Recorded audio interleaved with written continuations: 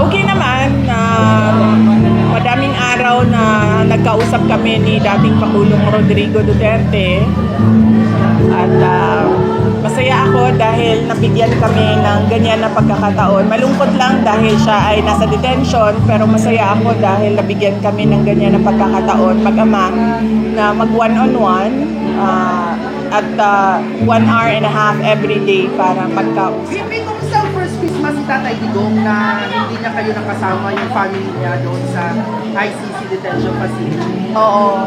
Okay lang naman yung Christmas niya kahapon, December 24. Nandoon si Kitty, yung kapatid namin, at siya ang nagbisita. Kanina din, pinakita ko yung video call ni Kitty para masabi niya sa inyo kung ano yung message ni dating Pangulong Rodrigo Duterte ngayong Pasko. Nag-video call kayo lately, Pipi, kahapon, Tatay Digong? Wala kaming video call. So, telephone call lang. Ano na pag-usapan niyo? Ay, karon? Yung kahapon or ngayon? Wala, bawal ang video call, so pwede lang kami mag-telephone call, pero hindi pa kami nagkausap ngayong Christmas. So, kumusta yung pag-visit mo sa The Hague, Pipi? Ang haba nun, kumusta lang?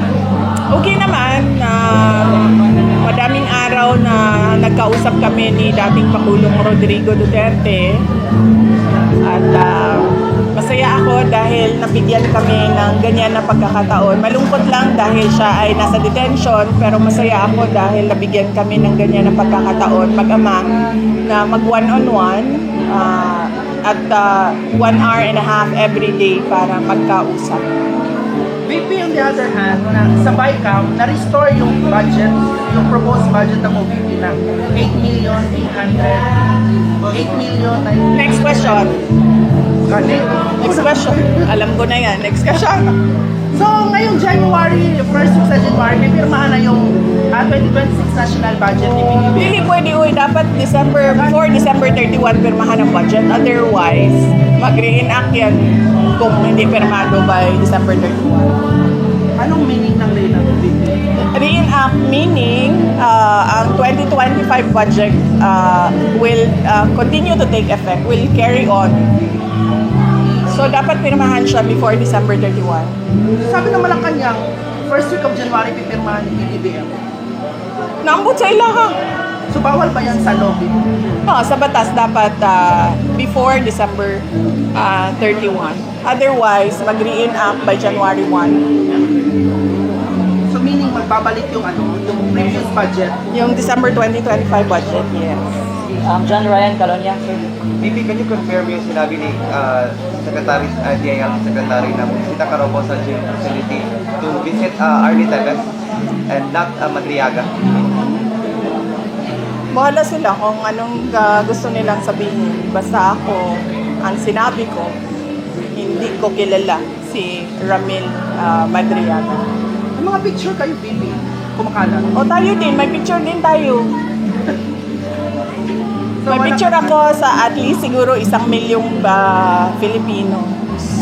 At yung mga event na yon, tulad nung inauguration ko, siguro mga nasa 4,000 tao ang may individual pictures sa akin. At sa mga Zoom meetings ng parallel groups, more than 300 participants ang isang Zoom meeting. So, propaganda lang ito, VP, sa'yo, against sa'yo. Nag-release na naman kami ng statements eh. Kung lahat akusasyon lang, walang ebidensya, ibig sabihin, paninira lang yan. At kung paninira yan, connected pa rin yan sa 2028 presidential elections. And no, don't ask about the 2028 presidential elections, Brian. Alam ko na yung sunod mong tanong eh. VP, 2 months from now, February, may possible na magpa-file ulit ng impeachment sa'yo. Ready na ba yung account mo for that any eventuality? Nakakapagod na siya para sa taong bayan, yung impeachment na yan. Dahil nakikita naman natin na wala talagang ebidensya yung kanilang mga reklamo. Totally for threats and harassment lang. Ito naman yung pagkamatay ni si Capral. Do you think VP na makaka-apekto ito sa investigasyon ng flood control project? I think makaka-epekto ito sa mental wellness ng mga undersecretary at mga assistant secretary dyan sa mga opisina ng mga department. Bakit VP?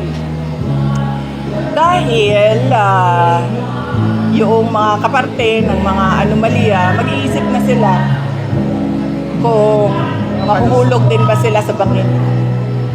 Sa tingin mo may foul play itong pagkamatay ni si Capral? Hindi ako maka-speculate kung ano ang nangyari doon sa Cannon Road dahil hindi ko naman nabasa kung ano yung mga reports. Lately, VP tinalaga ng Malacanang si General Torre bilang MMDA General Manager. So, any comment? Ano bang comment niya? Dapat siguro siya ang mag-comment sa kanyang appointment. Anong comment niya?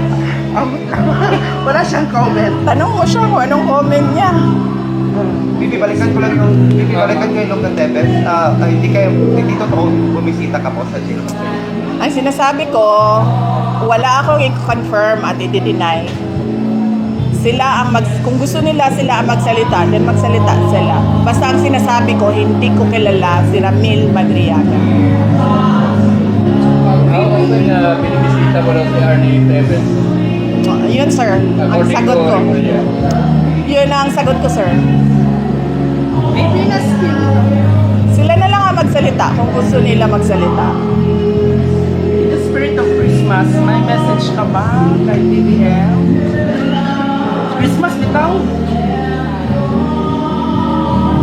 Bakit?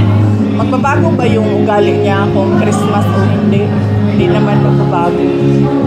So, wala. And in the same vein, magbabago ba yung ugali ko kung Christmas o hindi? So kung ayaw ko siya batiin kahapon na hindi Christmas, ayaw ko siya batiin ngayon na Pasko. Eh ganun kasi ako na tao. Ayaw ko batiin ng mga ayaw ko batiin. VP, ilang araw na absent si Senator Bato sa Senado. So, nakausap pa kayo lately, recently ni Senator Wala. Bato? May Wala hindi pa kami. siyang advice sa'yo? Hindi kami nagkausap ni Senator Bato ngayong panahon ng Pasko. At ang huling pagkausap namin ay yung araw na nagsabi na merong warrant of arrest para sa kanya. Last na lang, VP, message mo sa mga sumusuporta sa mga Duterte ngayong Kapaskuhan, Christmas. Opo, nagpapasalamat kami mula kay former President Rodrigo Duterte, sa aking mga kapatid, si Congressman Paulo Duterte, sa aking pamangkin, si Congressman Omar Duterte, sa aking isang kapatid na si Mayor Sebastian Duterte, sa aking isang pamangkin na si Vice Mayor Rodrigo Duterte II, at mula sa buong pamilya, kasama na si Kitty, nagpapasalamat kami sa patuloy ninyo na suporta sa aming pamilya at sa pagdarasal ninyo sa paglaya ni former President Rodrigo Duterte. At ako, kasama ang aking mga colleagues sa tanggapan ng pangalawang Pangulo, ay nagpapasalamat sa patuloy ninyo na suporta sa mga aktibidad, programa at proyekto ng tanggapan ng pangalawang